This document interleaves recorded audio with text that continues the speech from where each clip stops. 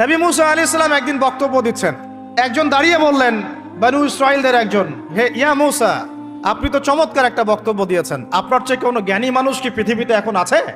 নবী মুসা আলাইহিস সালাম বলছেন, না, আমার জানা মতে আমার চেয়ে কোনো জ্ঞানী মানুষ এখন পৃথিবীতে নাই। স্বাভাবিক, কারণ তিনি তখন নবী, নবীর কাছে আল্লাহর ওহী আসে, তিনি সবচেয়ে জ্ঞানী হবেন, স্বাভাবিক। আল্লাহ রাব্বুল আলামিন বললেন, মুসা, তোমার চাইতেও জ্ঞানী আমার এক বান্দা আছে। বলেন সুবহানাল্লাহ। নবী মুসা আলাইহিস সালাম যখনই শুনতে পারলেন যে আমার চেয়েও জ্ঞানী একজন বান্দা আছেন, তিনি বললেন যে আমি তার সাথে দেখা করতে চাই, আমি তার সাথে দেখা করতে চাই। যুবকরা শোনেন, জ্ঞানী মানুষের সন্ধান পাওয়ার পরে নবী মুসা নবী হয়েও দূর দূরান্ত সফর করেছেন ওই জ্ঞানী মানুষের সাথে সাক্ষাৎ করার জন্য। তো আপনারা রেডিমেড ইসলাম চান, আপনারা ফেসবুক শরীফে ইসলাম চান, ইউটিউব শরীফে ইসলাম চান, কিন্তু সফর করে, কষ্ট করে, পরিশ্রম করে আলেম ওলামা পর্যন্ত পৌঁছাতে চান না।